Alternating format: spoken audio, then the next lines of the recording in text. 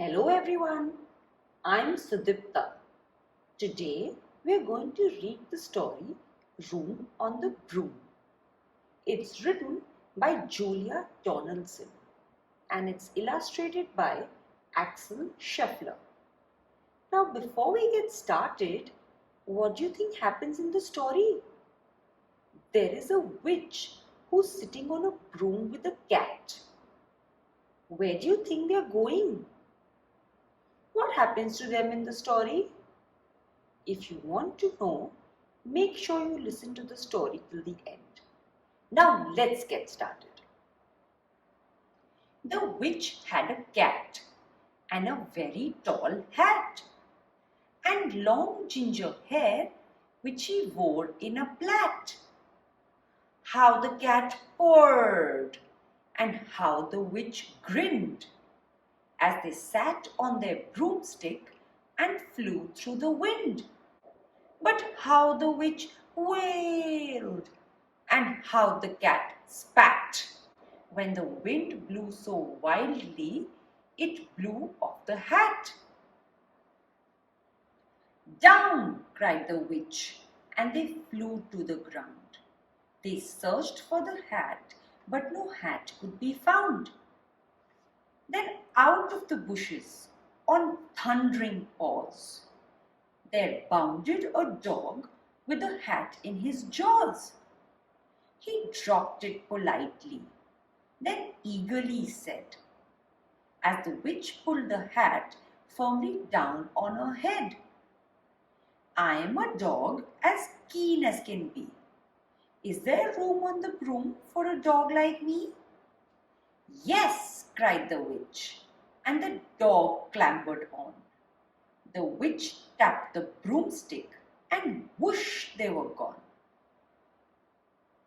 Over the fields and the forest they flew. The dog wagged his tail and the stormy wind blew.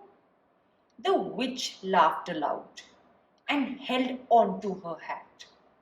But away blew the bow from her long ginger plait. Down, cried the witch, and they flew to the ground.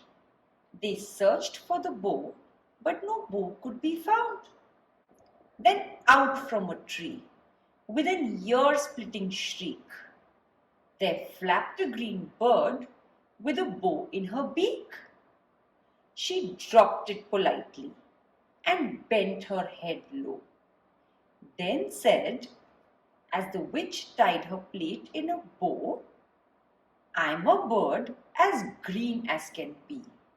Is there room on the broom for a bird like me? Yes, cried the witch. So the bird fluttered on. The witch tapped the broomstick and whoosh, they were gone. Over the reeds and the rivers they flew. The bird shrieked with glee and the stormy wind blew. They shot through the sky to the back of beyond. The witch clutched her bow but let go of her wand. Down, cried the witch, and they flew to the ground. They searched for the wand, but no wand could be found. Then all of a sudden, from out of a pond, leapt a dripping wet frog with a dripping wet wand. He dropped it politely, then said with a croak, as the witch dried the wand on a fold of her cloak, I am a frog as clean as can be. Is there room on the broom for a frog like me? Yes, said the witch. So the frog bounded on. The witch tapped the broomstick and whoosh, they were gone. Over the moors and the mountains they flew. The frog jumped for joy and the broom snapped in two. Down fell the cat and the dog and the frog. Down they went tumbling into a bog. The witch's half broomstick flew into a cloud. and the witch heard a roar that was scary and loud. I'm a dragon, as mean as can be, and I'm planning to have witch and chips for my tea. No, cried the witch, flying higher and higher. The dragon flew after her, breathing out fire. Help! Cried the witch, flying down to the ground. She looked all around, but no help could be found. The dragon drew nearer and, licking his lips, said, Maybe this once I'll have witch without chips. But just as he planned to begin on his feast, from out of a ditch rose a horrible beast. It was tall, dark and sticky, and feathered and furred. It had 4 frightful heads. It had wings like a bird. And its terrible voice, when it started to speak, was a yowl and a growl and a croak and a shriek. It dripped and it squelched as it strode from the ditch. And it said to the dragon, Buzz off, that's my witch. The dragon drew back and he started to shake. I'm sorry, he spluttered. I made a mistake.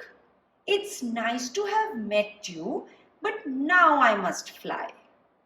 And he spread out his wings and was off through the sky. Then down flew the bird, and down jumped the frog.